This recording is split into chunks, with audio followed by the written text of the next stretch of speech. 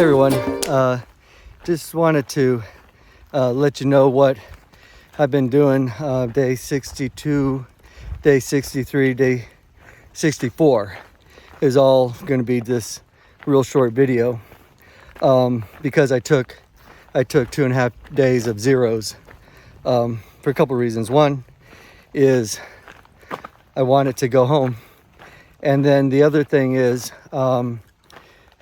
to let Mike catch up. So he had to take a bunch of zeros, as you all know, for his ankle to heal. And so that means if I want to continue to hike with him, then I need to take some time off as well. So what I decided to do is take time off with my family and friends versus sitting in a hostel, which is what he did. So he's been back on trail for the last 2 days.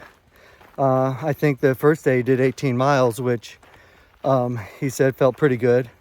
He got some new gear, new lighter gear, so his pack weight is going to be reduced, and a new brace, some new or some cream, and some other things. So I think he's good to go. He's back on trail. I'm back on trail, and it'll probably be another week or two before he catches up with me. But there's a bunch of different ways that you can deal with stuff like this when you've got a hiking partner or a tramily with a trail family. And if it's not a real tight family, you just split up and you don't see him again generally. But with Mike, we get along so well. He's such an easygoing person. Our timetable is about the same. We're kind of in the same generation. He's 10 years older than I am, but we're not 22 and 32 like a lot of these people out here. And so to me, it's just worth taking zeros to let him catch up, because we're only a third of the way through the hike, which means we have 2/3 to go.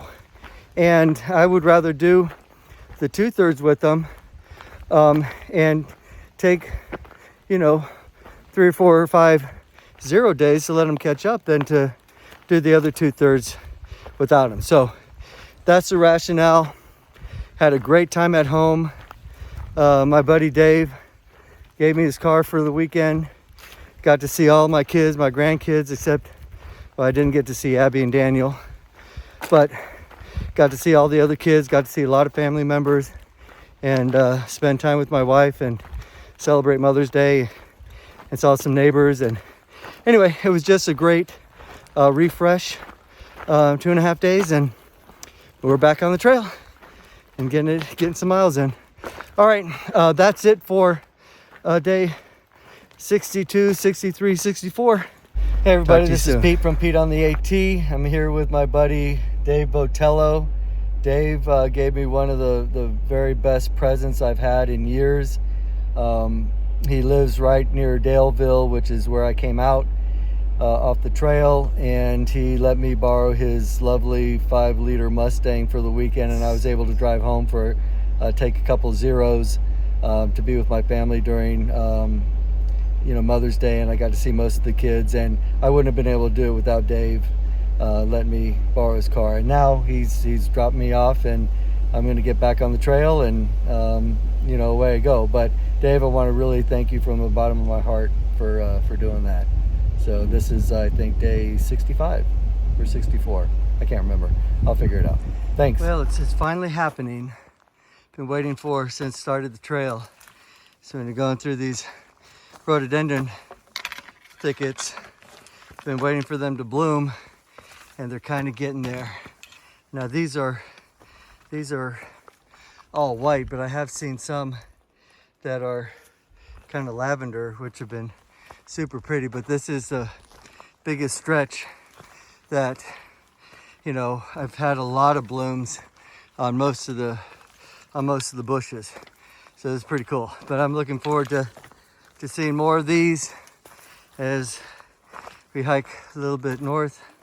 It is actually getting pretty warm, and I've been doing a lot of ups and downs, but feeling pretty good. So this part of the trail kind of parallels the Blue Ridge Parkway, and just over those rocks and down the hill a bit. Now I say a bit, it's, anywhere from a quarter mile to a mile away is the Blue Ridge Parkway, and we get close to it, and there's crossover points at various spots, but I just kind of wanted to give you an idea. Just a real pretty walk. Not maybe a couple miles back, I spooked up a big turkey, and if you've never seen a turkey fly in the woods, you just wonder, how they survive, because they're big and they can't fly very well, and it just seems like they're just right on the verge of crashing at any moment. And so they do make a good bit of noise, and it was kind of funny watching them fly through the woods. Anyway, I just want to give you an idea of what the train looks like paralleling the Blue Ridge Parkway. It's very pretty. So I mentioned earlier, that we're on the Blue Ridge Parkway, and this is the Blue Ridge Parkway. And so I think a lot of my views are going to be now, like this, where I'm on the Blue Ridge Parkway, and it's opened up enough for me to get pictures. And down there you'll see what I showed you earlier. You got some clear cut, right? So, it begs to the question, okay, is that clear cutting just to harvest trees, or is it making pasture?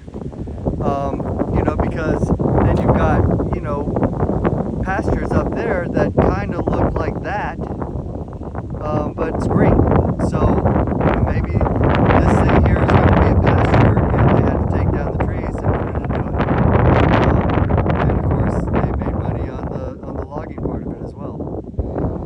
This is kind of a nice shout out for the Appalachian Trail. You can pause this and read a little bit about it, but I just thought I would show this to you. It's again one of these Blue Ridge Parkway scenic overlooks, and so we kind of ran out of views while we're walking in the long green tunnel, but we definitely have them where the trail overlaps the parkway. Okay, so I'm on the Blue Ridge Parkway. I crossed over the road. There's nobody coming this way. Oops, I just said that, and now somebody's coming. And the other way is pretty abandoned, but man, what a view! I mean, what a view we get. So, this is the beauty of the Blue Ridge Parkway, and that's why it's so scenic. And I had to cross the road to get that view, but it was worth it. I've got to take every view that I can along this beautiful stretch. It's, this is home for me. And even though I've, seen a lot of this country before, it's so much different when you're on foot, and you can just appreciate it more. All right, let's see. I am about 10 miles into my hike. I have a couple more miles to go, maybe 2 or 3 miles to go before I get to the shelter. But it's been a great hiking day. So I'll try to catch up with you when I get to the shelter. Hey, good evening, everybody. This is the end day of 65, and had a real nice hike. It was beautiful weather today. Terrain was pretty decent. The trail wasn't too rocky. There were some rocky parts in there.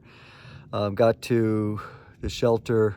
It's Boblet Shelter? Boblet Gap, yeah. Boblet's Gap Shelter, and had a lone survivor here, Marshall? Yeah. Marshall from Manassas. So we had a real nice conversation over dinner. And I think tomorrow we're going to get a little bit of rain, but the evening ought to be pretty decent sleeping weather. Some gnats, no-see-ums, and some mosquitoes that have been bothering us. Hopefully they'll stay out of the shelter tonight. So I just wanted to wrap up the day, and we'll see you tomorrow. Thanks for watching.